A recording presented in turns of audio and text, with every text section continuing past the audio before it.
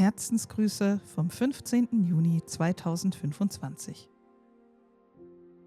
Von Hoffnung, Heimkehr und Heimtücke.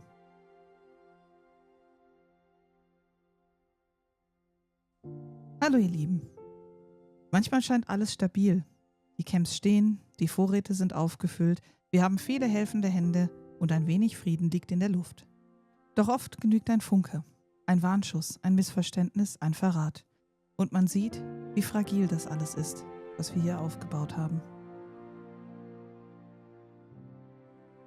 Zwischen Angriffen und Abschieden. Es ist erstaunlich, wie schnell die Schatten der Vergangenheit, und damit meine ich jetzt nicht den Schatten, wiederkehren. Und mit ihnen Gewalt, die uns so vertraut und auch jedes Mal aufs Neue fremd erscheint. In den frühen Morgenstunden erreichte mich eine Nachricht von den Beresino Boys. BitWanted berichtete mir, dass ihr zentrales Lager in den frühen Morgenstunden erneut angegriffen worden war. Ein blauer LKW und eine schwarze Olga sollen dabei eine Rolle gespielt haben. Ob es wieder Misha war, die Hütchenbande oder jemand ganz anderes, das ließ sich nicht mit Sicherheit sagen. Ein Bambi soll sich am Zahlenschloss zu schaffen gemacht haben und dabei am Stacheldraht verletzt worden sein. Anschließend sei es zur Polizeistation gerannt und dort verblutet. Das Kuriose: trotz Bandagen im Gepäck. Eine seltsame Geschichte. Vielleicht zu seltsam, um keine Absicht zu sein. Der Junior war sich jedenfalls sicher, das war ein Späher. Er wollte vor seiner Basis jedenfalls ein Zeichen setzen. Ein Warnschuss sollte klar machen, hier ist Schluss. Doch die Angreifer, die kurz nach dem Bambi an ihr Lager kamen, verstanden den Hinweis falsch oder wollten ihn falsch verstehen und erschossen ihn. Bitwalker sprang nun auch ein und verteidigte ihren Wohnsitz.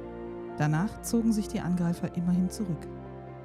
Es tat mir leid, dass sie schon wieder Opfer eines Angriffs geworden waren, wo sie doch gerade erst begonnen hatten, offiziell unser Auffanglager in Beresino zu betreuen.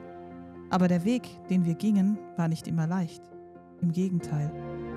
Manchmal war es wirklich einfacher, ohne groß nachzudenken, direkt zu schießen, als zunächst das Gespräch zu suchen. Dafür war die letzte Option aus meiner Sicht die wesentlich lohnendere.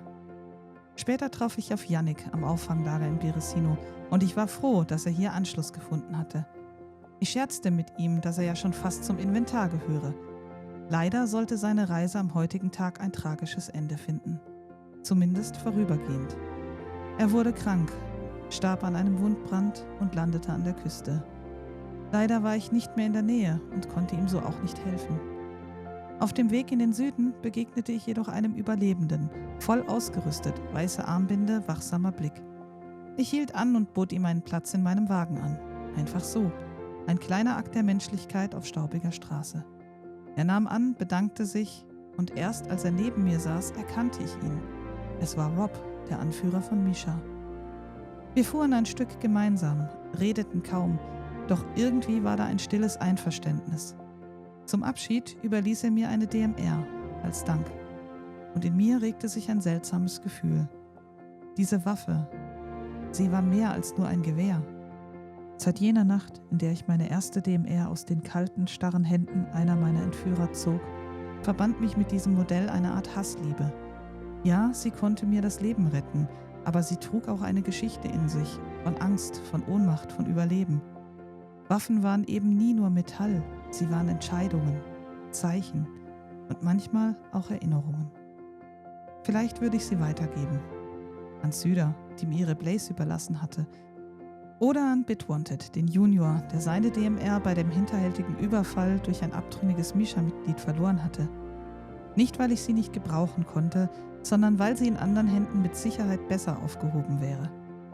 Ich war mir aber noch nicht sicher und für den Moment war es mir wichtiger, ein Versteck für Hoffnung 2.0 zu finden. Aber zuvor holte ich noch Kala J bei Riffi ab und brachte ihn nach Beresino. Wiederaufbau und Verlust. Unser Tom, den wir auch Cable nannten, meldete sich über Funk. Vandalismus in Prigorodki. Die Inhalte der Zelte lagen verteilt, Gegenstände verstreut. Hilfsbereit wie er war, brachte er alles wieder in Ordnung. Als ich später in Prigorodki ankam, sah ich den Schaden. Jemand hatte unser Militärzelt, das wir als Spende bekommen hatten, einfach aufgestellt und Kisten verschleppt. Wer das getan hatte und warum, alles unklar. Kala-Jay meldete Schüsse aus Elektrosawodsk. Ein toter Sanitäter lag vor der Polizeistation in Tschernogorsk und all diese kleinen Vorfälle gaben uns mehr und mehr Rätsel auf. Wer war der Tote vor der Polizeistation? Wer hatte die Schüsse vor Elektro abgegeben? Hoffnung verloren, Hoffnung gefunden. Dann kam eine Nachricht, die mir den Boden unter den Füßen wegriss. Davos von den Banana Ops war als Bambi nach Prigorodki gekommen und erzählte mir von einem Angriff auf ihn und seine Begleiter durch Männer mit weißer Armbinde in einem roten Saka. Ein mulmiges Gefühl breitete sich in mir aus. Ich kontaktierte meine Quelle in Beresino und es bestätigte sich. Sie, wahrscheinlich Misha, hatten mir Hoffnung 2.0 aus meinem Versteck geraubt. Der Platz, den ich provisorisch als Versteck gewählt hatte, war offenbar nicht sicher genug gewesen. Das war also der Dank. Der Dank für meine Hilfe, für meine Fahrten, für mein Vertrauen. Ich rief Kala-Jay und gemeinsam mit Davos fuhren wir in den Norden. Ich wollte sehen, ob ich Hoffnung 2.0 nicht irgendwie wiederbekommen konnte. Vielleicht durch Verhandlungen. Doch dann überschlugen sich die Ereignisse. Auf halber Höhe ging ich zu Fuß mit Davos weiter. Kala-Jay brachte meinen roten Gunther Treue freundlicherweise sicher zurück in den Süden. In der Zwischenzeit gab Kala noch hilfreiche Tipps an Yannick weiter, der in Solnitschny von einem Unbekannten angeschossen worden war und sich verletzt hatte. Er überlebte und konnte fliehen. In Pustoschka, wo sich die Bananen niedergelassen hatten, entbrannte ein kleines Scharmützel. Inzwischen war auch die Gruppe um Nigo und Selina gegen die Angreifer im Norden im Einsatz. Nigo schaltete einen Angreifer aus, Selina wurde verletzt, überlebte aber Gott sei Dank. Ich tastete mich vor, begrub die Leichen und nach einiger Zeit endlich die rettende Nachricht. Nigo hatte sie gefunden, Hoffnung 2.0, stand im Feld. 2 Reifen kaputt, Kühler beschädigt, aber sonst ging es ihr gut. Sie fuhr noch. Ich sicherte das Auto, reparierte es mit Ersatzteilen, die Banana Ops überließen mir 2 Reifen und einen Kühler und fuhr in den Süden zurück. Einen Reifen konnte ich ihnen schon gleich zurückgeben, denn ich fand ihn unweit ihrer kleinen Festung. Ich bedankte mich bei den Banana Ops, Nigo und Selina für die Hilfe und war glücklich, meine gute alte Hoffnung 2.0 wiederzuhaben. Vom Feuer gezeichnet, vom Feuer getragen. Zurück in Prigorodki traf ich Jerry wieder. Silas und später auch Ultra waren ebenfalls da. Am Lagerfeuer erzählte ich von Hoffnung 2.0, von Misha, von dem, was bleibt, wenn man alles verloren glaubt und es sich dann selbst zurückholt, mit Hilfe von Freunden. Und dann kam John, ein Überlebender aus England. Ja, richtig gehört. Ich zeigte ihm das Camp. Er war überrascht, was hinter unseren Auffanglagern steckte. Als er seinen Wunsch äußerte, eines Tages einen Freund mitzubringen, bot ich ihm mein Auto an. Treue 2.0. Ich hatte genug zu tun mit all den anderen Fahrzeugen und hatte gesehen, wie schnell man eines verlieren konnte. Besser, John nutzte das Fahrzeug, als dass ich es irgendwo einschloss. John bedankte sich, überschwänglich, und fuhr los. Auch Plissim von der Schweizer Garde war kurz zu Besuch, höflich und offen wie immer. Es tat gut, vertraute Gesichter zu sehen. Viel zu früh zog er dann aber auch schon wieder los. Kunst aus Kürbis. Silas zeigte sich etwas später erstaunlich kreativ, arrangierte Kürbisse, Äpfel und andere Dinge im Zelt zu kleinen Kunstwerken. Es war, als würde er mit diesen Gesten eine Art des inneren Friedens suchen und vielleicht auch den Betrachtern schenken. Das Auge ist mit, sagte ich und musste lachen. Dann brach ich auf nach Elektrosawodsk, wo ich das neue Militärzelt aufstellen wollte, bevor es gestohlen werden konnte. Der Vorfall heute im Lager war ein regelrechter Close Call gewesen. Zu meiner Überraschung folgte Silas mir. Einfach so. Kein Wort nötig. Wir schlugen uns durchs namenlose Dorf, kamen an einem Zugevent vorbei und fanden dort noch 2 weitere Zelte. Ein echter Glücksgriff. Das Auffanglager in Elektrosawodsk wurde von uns nun endlich ausgebaut. Ein weiterer Schritt, ein weiterer Schutzraum. Ich war Silas sehr dankbar für die Hilfe und die Begleitung. Er sagte zwar nicht viel, genau genommen sagte er gar nichts, aber er wusste instinktiv genau, was er zu tun hatte, ohne dass ich viel erklären musste.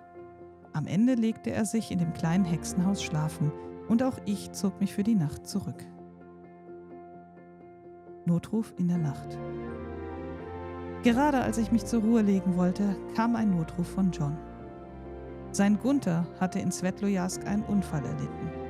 Der Kühler hinüber und ein Reifen. Zündkerze und Batterie hatte er bei sich. Ich machte mich auf den langen, beschwerlichen Weg.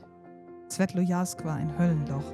Aber ich fand das Fahrzeug und sicherte es notdürftig und überließ die endgültige Reparatur einem anderen Tag. Von John jedoch fand ich keine Spur. Aber ich vermutete, er hatte sich irgendwo versteckt, um die Nacht abzuwarten. Ich verkroch mich ebenfalls im Wald, erschöpft, still und wartete auf den neuen Tag. Zum Schluss? Manchmal fragt man sich, warum man sich das alles antut. Die Müdigkeit, die Rückschläge, das ewige Aufbauen, nur damit jemand anderes alles wieder einreißt.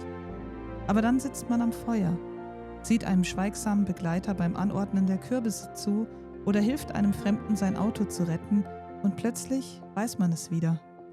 Weil Hoffnung kein Zufall ist, sondern eine Entscheidung. Und so bleibe ich. Nicht, weil ich muss, sondern weil ich will. Bleibt wachsam, bleibt mitfühlend und bleibt, ihr wisst schon, am Leben. Gezeichnet Herz aus Gold.